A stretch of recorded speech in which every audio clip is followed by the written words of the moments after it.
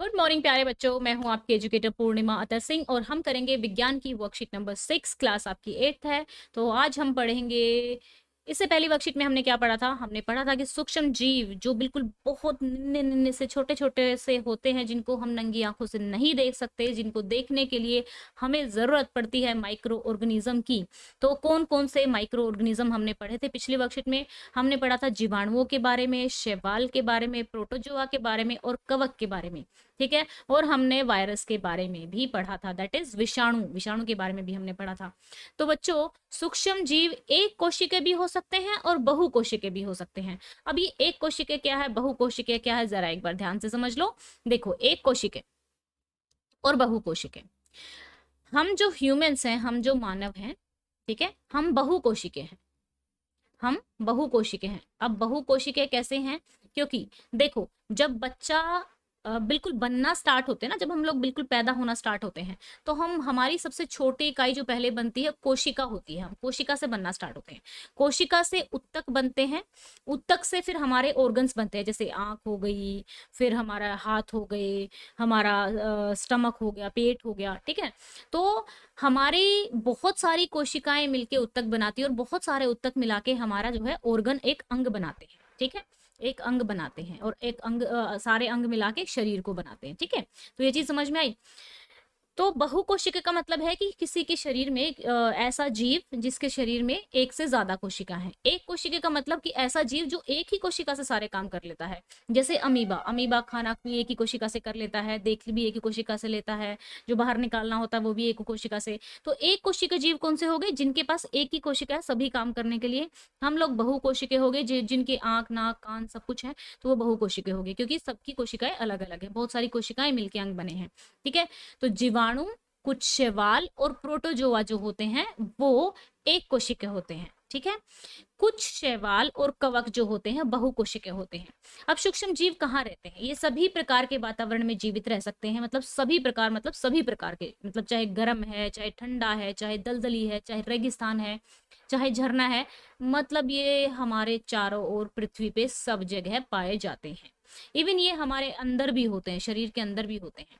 कुछ सूक्ष्म जीव अन्य जीवों पर आश्रित रहते हैं और कुछ ऐसे ही स्वतंत्र रहते हैं। जैसे आपने देखा होगा कि शाम के टाइम जैसे बहुत सारी चिड़िया एक साथ उड़ के जाती हैं।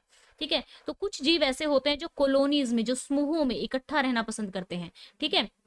ऐसे ही सूक्ष्म जीव भी कुछ ऐसे होते हैं, जैसे बैक्टीरिया जो हैं वो इकट्ठा रहना पसंद करते हैं। और जो अमीबा जैसे सूक्ष्म जीव है, तो ये अकेला रहना पसंद करता है। ठीक है। तो कहाँ पाए जाते हैं ये? गर्म झरने में, रेगिस्तान में, बर्फीली जलवायु में, मिट्टी में, मतलब सब जगह पाए जाते हैं। अब सूक्ष्म जीव जो है, इनका महत्व क्या है? तो देखो, सूक्ष्म जीव लैक्टोबैसिलस जो है, मैंने आपको ये चैप्टर करवाया था ना छुट्टियों में, तो अगर आप करना चाहो तो इसको कर सकते हो, मैं लिंक दे दूंगी उसका। इनका उपयोग दही, ब्रेड, अल्कोहल और केक बनाने में किया जाता है। ये पर्यावरण की सफाई कर देते हैं। जो कचरा होता है, सब्जियों के छिलके विलके होते हैं, उसको विघटित करना। विघटित का मतलब होता है गला सड़ा करके उसको खाद के रूप में परिवर्तित कर देते हैं, बदल देते हैं। और पृथ्वी को स्वस्थ रखते हैं। पृथ्वी को स्वस्थ रखने का मतलब है पृथ्वी को साफ रखते हैं। ठीक है। कुछ बैक्टीरिया और कवक का उपयोग दवाइयों को बनाने में भी किया जाता है। और कृषि में भी इनका, जैसे कि आप लोगों को मैंने पहले भी बताया है कि 78% नाइट्रोजन है हमारे एनवायरनमेंट में। ठीक है। लेकिन वो पौधों के काम की नहीं है।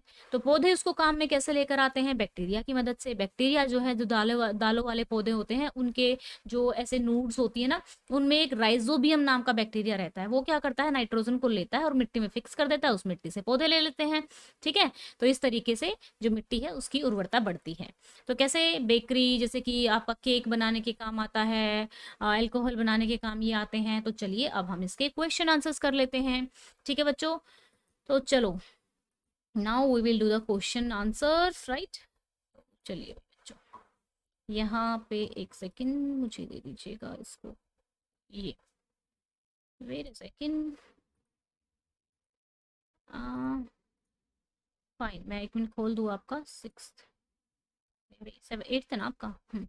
एक कोशिका और बहुकोशिकीय जीवों के कुछ उदाहरण दीजिए। एक कोशिका कौन से हो गए? जीवाणु, कुछ शैवाल और प्रोटोजोआ। बहुकोशिकीय शैवाल और कवक। सूक्ष्म जीव कहाँ पाए जाते हैं? सूक्ष्म जीव सभी जगह पाए जाते हैं। सूक्ष्म जीव सभी प्रकार के वातावरणों में पाए जाते हैं, जैसे कि बर्फ की ठंडी जलवायु से लेकर गर्म पानी के झरने और रेगिस्तान से लेकर दलदली भूमि में।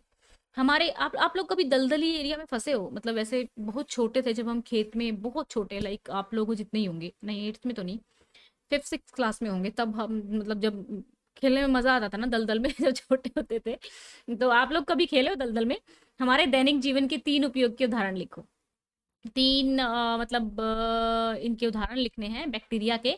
यहाँ पे क्वेश्चन में थोड़ी सी गड़बड़ है। हमारे जीवन में सूक्ष्म जीवों के, एक सेकंड, यहाँ पे क्या हो रहा है, हमारे दैनिक जीवन में सूक्ष्म जीवों के, यहाँ पे लिख लेना सूक्ष्म जीव के 3 उपयोगों के उदाहरण लिखो। देखो, दही, ब्रेड, अल्कोहल और केक बनाने के काम आता है।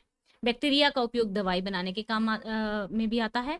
कृषि में इनका उपयोग नाइट्रोजन को फिक्स करने के लिए आता है, नाइट्रोजन को स्थिर करने के लिए आता है, और जिससे कि मिट्टी की उर्वरता बढ़ती है। तो बच्चा, ये थी हमारी आज की वर्कशीट। ओके, एंड मैं सैटरडे को 7 अगस्त और 8 अगस्त को अन अकेडमी पे लाइव आ रही हूँ। अन अकेडमी की ऐप डाउनलोड कर लेना, और लिंक मैंने डिस्क्रिप्शन में दिया हुआ है। अगर आप अटेंड करना चाहते हैं ये क्लास तो अटेंड कर सकते हैं। नोटिफाई मी पे क्लिक करना है, लिंक को क्लिक करेंगे तो नोटिफाई मी पे क्लिक कर देना, आप एनरोल हो जाओगे, और जिस दिन मैं लाइव आऊंगी आपके पास नोटिफिकेशन पहुंच जाएगा। ओके बच्चों, तो अभी तक चैनल को सब्सक्राइब नहीं किया है तो चैनल को सब्सक्राइब कर लेना। प्लस मैं कब लाइव आती हूँ, टेलीग्राम चैनल पे मैं पोस्ट डाल देती हूँ, तो टेलीग्राम को फॉलो कर लेना। ओके बच्चों, कैसा लगा आपको लेक्चर, ये आप कमेंट करके बता सकते हैं। Thank you, have a nice day, and may God bless you. I hope so आपको अच्छे से समझ में आ गया होगा, ठीक है ना? तो चलिए, अभी आई थिंक सो कि ठीक है, bye bye, have a nice day.